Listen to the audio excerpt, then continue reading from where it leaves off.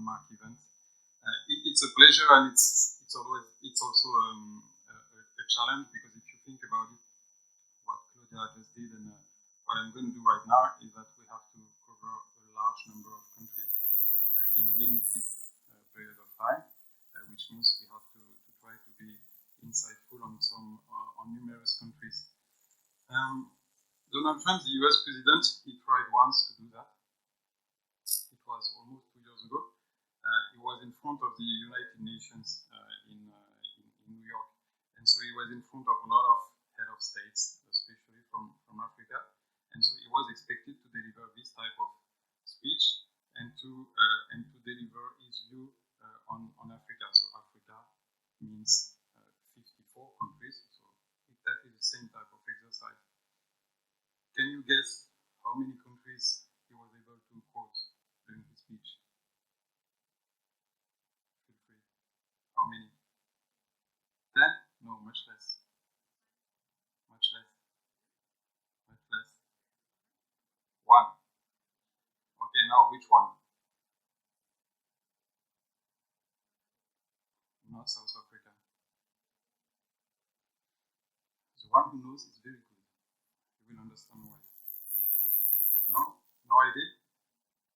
Nambia. Does anybody know Nambia? No? So more, it doesn't exist. So we still don't know whether he wanted to talk about Namibia or Zambia, but he was talking about Nambia. So my goal in this presentation is just to do better and at least being able to quote properly the name of one country, and that's it, no more than that. No, joke apart. I mean, last year when we met, I was highlighting that politics was definitely the key risk for businesses all around the world. It's still pending. Claudia told you that Brexit is still underway, and the situation is not clear at all. The same in Italy. We could talk about several other examples, and I will say more about this in a few minutes. But this year, I think you have also to have in mind, and this is also, I guess, one of the outcomes after Claudia's speech, is that businesses in a lot of places all around the world, they also have to avoid a second pitfall, because in addition to politics, and now they also have to deal with the downward cycle, which has started in a lot of places.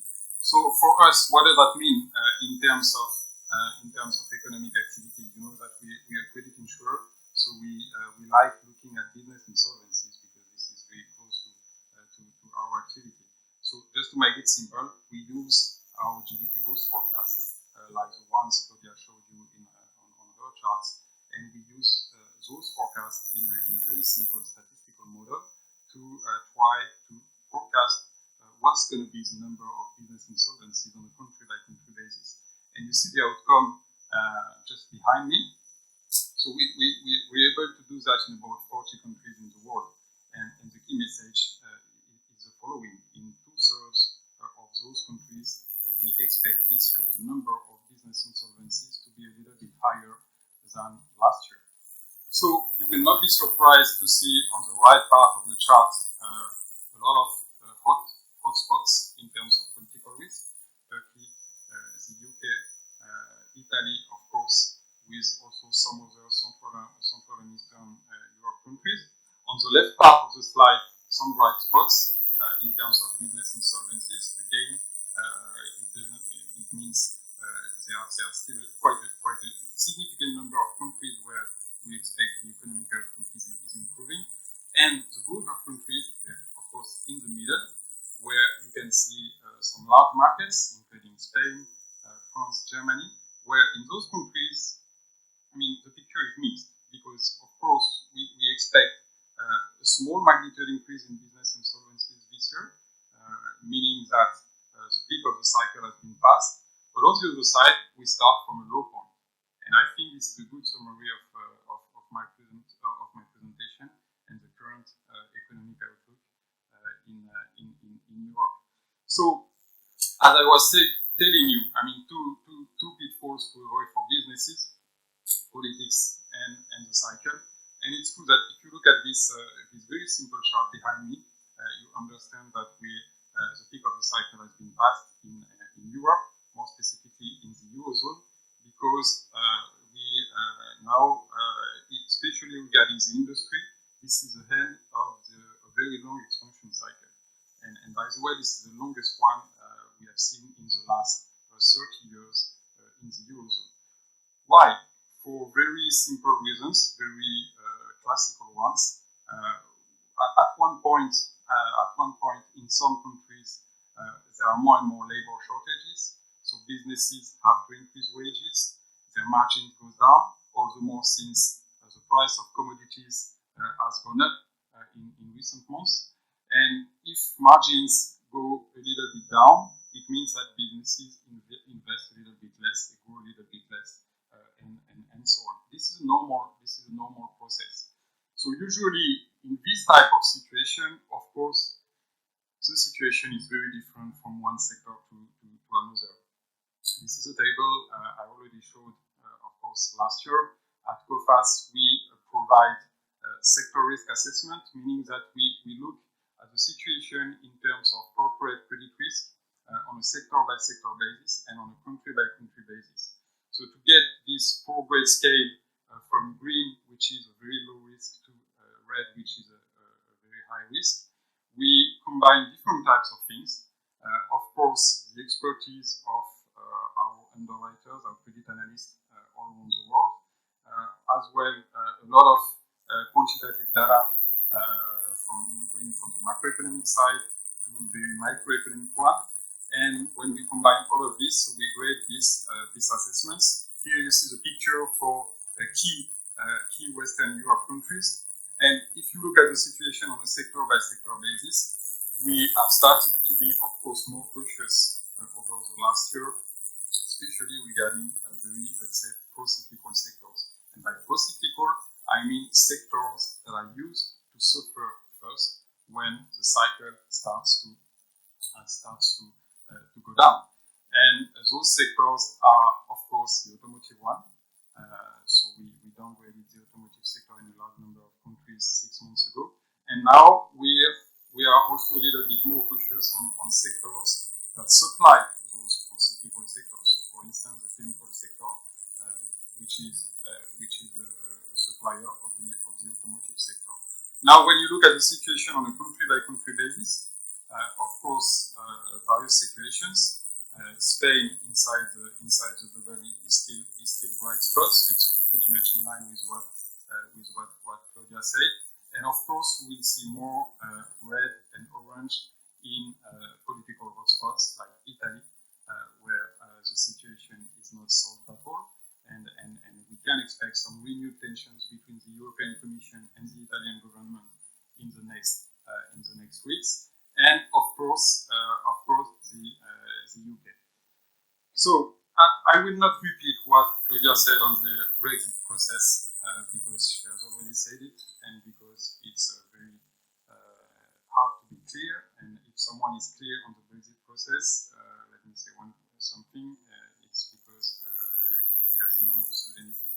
It's impossible to be clear on this process. What we can say, nevertheless, regarding the Brexit is that regarding businesses, as long as there is no clear view on the outcome, on the final outcome, businesses postpone their investment decisions, households postpone their investment and spending decisions, and it means we keep expecting higher business insolvencies, and this is what we have seen over the past year. You see the overall picture on the left, and the situation on a sector-by-sector basis on the right, with sectors suffering more, being the ones that are related to private consumption, because households are more cautious, but also sectors that rely a lot on imported inputs. Because of the lower currency, the price of inputs goes up. So this is exactly, I repeat myself compared to what I said last year. This is exactly the same picture, and this is still valid on the other side.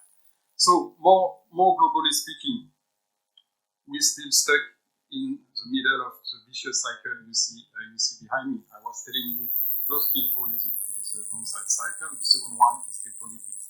It's not only in Europe, all around the world, we're still stuck in the middle of this vicious cycle, because if you start from the top, a lot of people are still frustrated. So those people don't trust anymore usual democratic institutions. So they look for alternatives. They look for, let's say, stronger leaders to offset those weak usual institutions.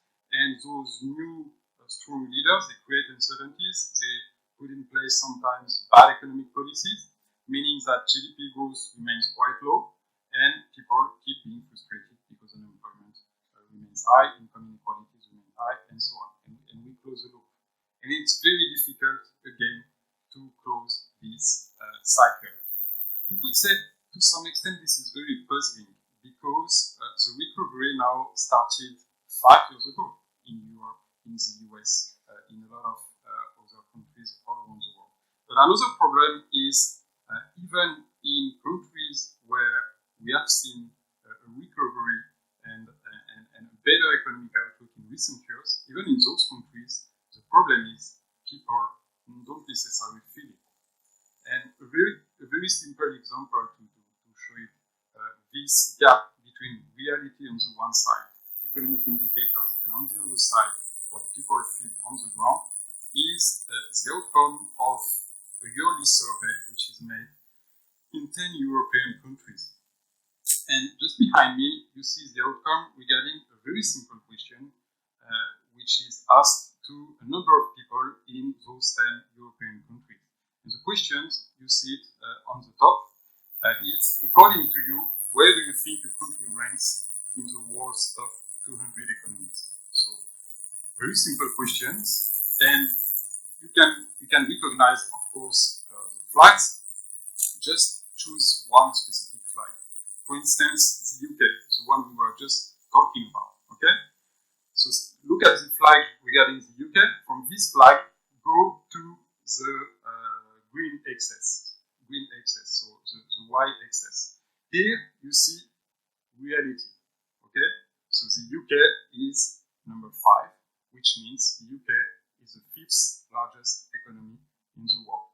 Okay, very simple. Now you go back to the UK flag, and from this flag you go to the bottom.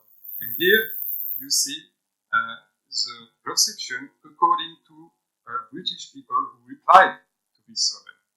And regarding the UK, it's number 12, which is in reality South Korea. You can look at other examples, like France, which is 7 in reality, and only number 15 according to French people. Italy feels like it is like Oman. And last but not least, I will learn you something. You're not in Lebanon, but you're in Spain. But nevertheless, you feel like your economy has the size of the one in Lebanon. So it's not only a joke. You see, the key message here is all countries, with no exception, are on the right part of the red line, which means in all countries, without any exceptions, people underestimate and are too pessimistic compared to reality. So now, some people in the room must think, okay, but we don't really care about the size of our economy. It's not really important for us. That's true. But the problem is that the issue is exactly the same. If you look at other socio-economic indicators that matter in terms of social frustration, here exactly the same survey with a different question. According to you, what's the level of the unemployment rate in your country? Okay, so let's look at Germany. Unemployment rate, according to official figures, no more than 3%, the lowest one in the Eurozone.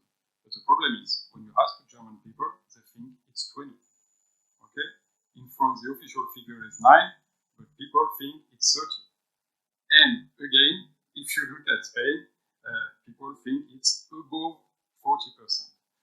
So that's the reason why, despite the recovery, the problem is still a lot of people don't feel it, for good or for bad reasons. But they keep being frustrated because they don't feel this recovery. The outcome, you've seen it last weekend, when there is an election, either whether it is at domestic level or at European level, we see more and more extreme parties rising. So the outcome is that public opinions are more and more polarized in each country, and it means it's more and more difficult to reform. Another issue is that, okay, public opinions are very polarized in each country, but another issue is that people from one country to another, they don't expect the same regarding the Eurozone.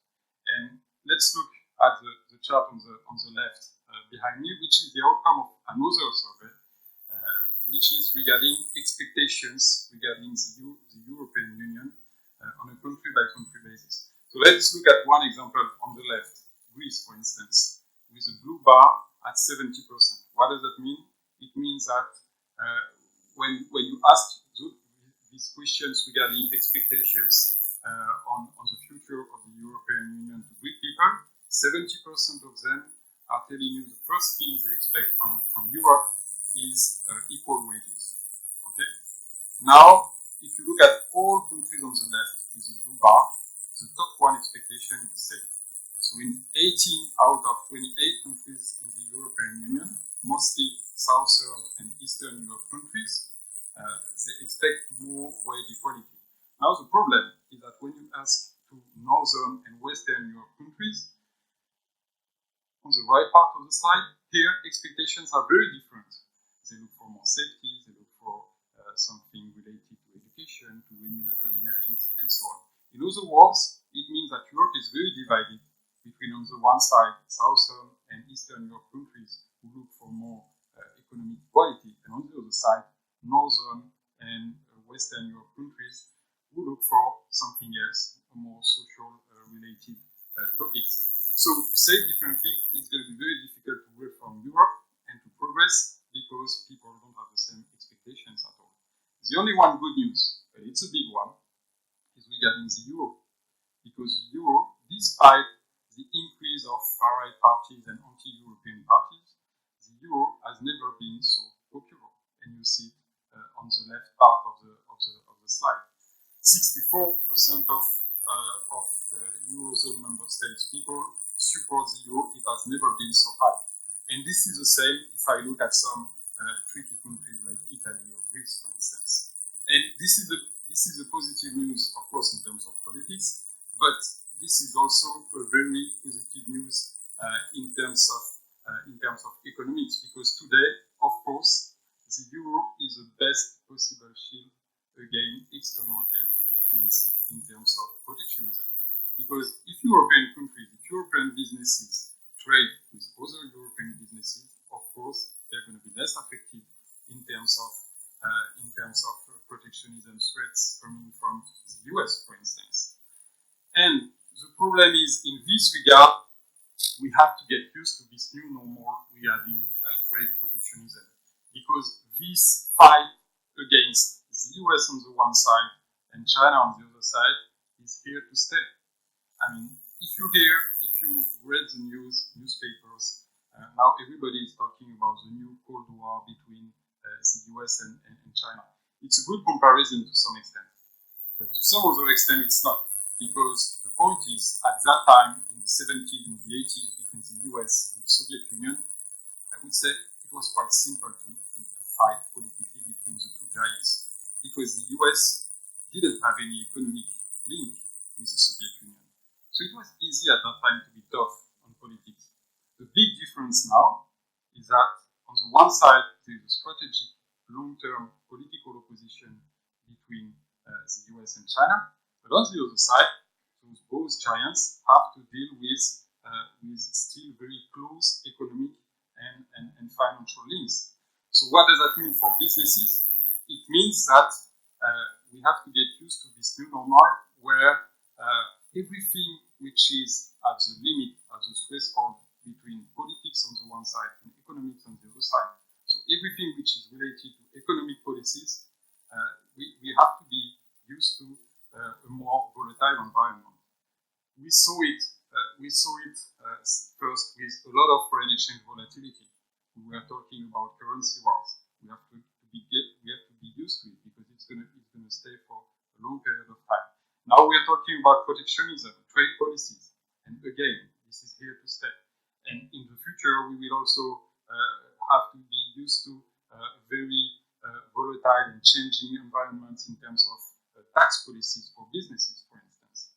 And again, this is something which is very very likely to stay. So, of course, in the very short term, the big topic is protectionism. Claudia talked about it during its presentation. What does that mean for European businesses? Because at this stage, it's to some extent this is more a fight between China and the US. So in the room, you're in Europe, so you could say at this stage, no big deal for me, because in Europe we're going to be immune from this fight between the US and China. I would say no, because of course this fight on trade between the US and China has secondary effects on a lot of other businesses in the world. To say it differently, when the US increases tariffs on imports coming from China, suppliers from China will be affected as well. And for instance, the top one supplier of China regarding automotive products is Germany. And then who supplies Germany? Spain to some extent. So those global value chains are really a hot topic this year, and that's also the reason why we see some negative news in some specific sectors in Europe. Some months ago, we released a paper where we tried to assess very precisely these secondary effects on trade.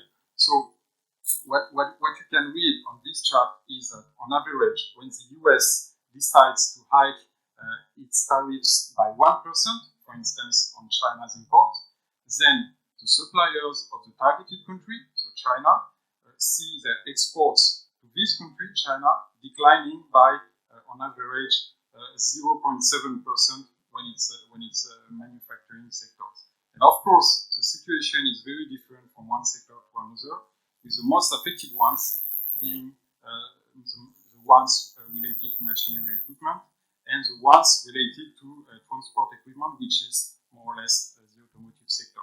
And then we have also to be quite cautious regarding the chemical sector.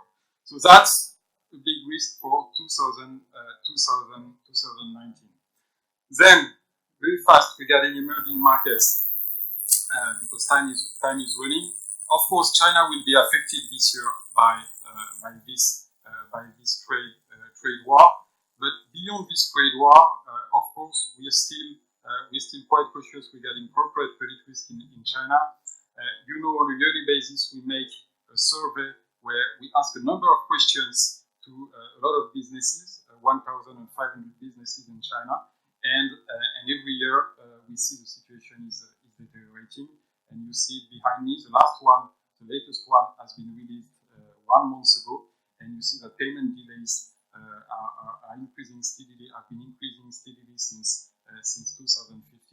Having said this, the nature of problems is changing a little bit in China.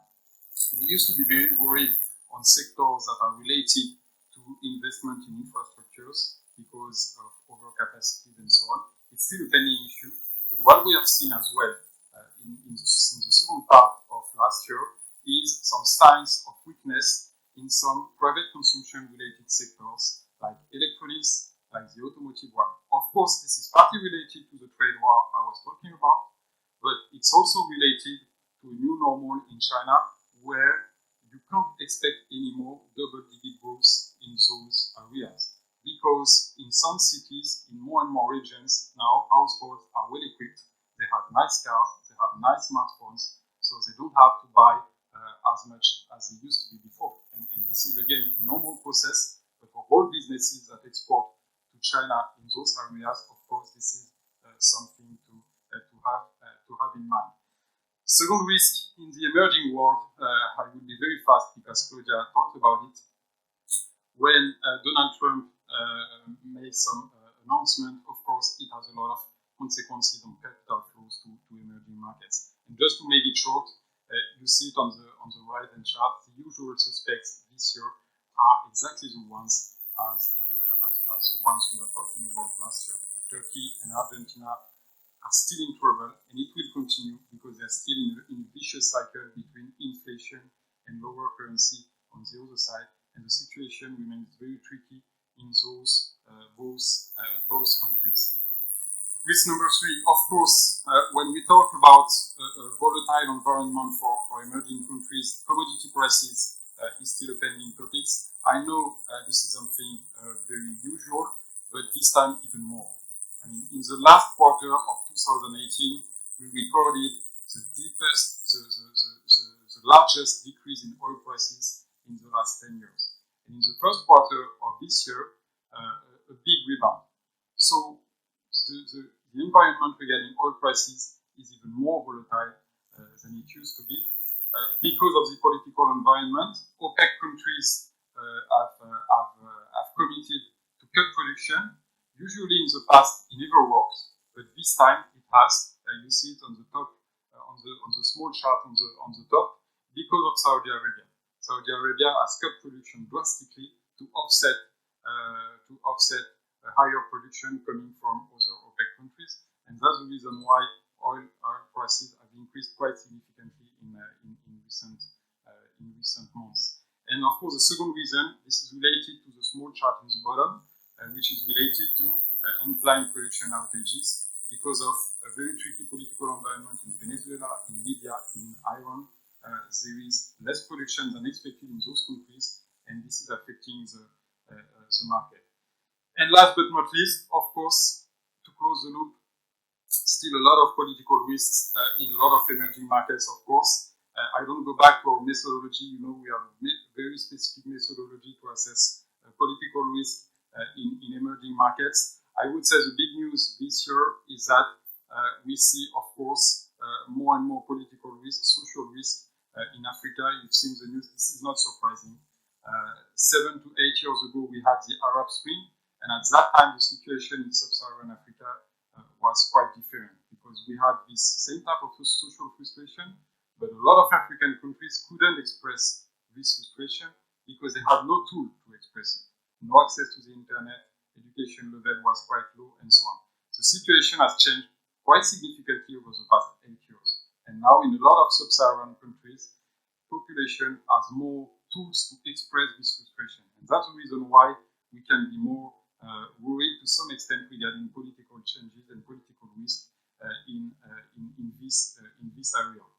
And of course, last but not least, to summarize our economic outlook, you know this our usual countries map, which is based on several components. The first one is political risk, so the one I've just talked about regarding Africa, for instance. We had to list our payment experience, of course, a large number of macroeconomic and financial indicators, and you get this A-grade scale coming from A1 in green to E in deep red. So I leave you take a look at it. Spain is still in A2, which is very different from Lebanon in D, and of course Donald Trump will be disappointed because Namibia is not on the map. Thank you for your attention.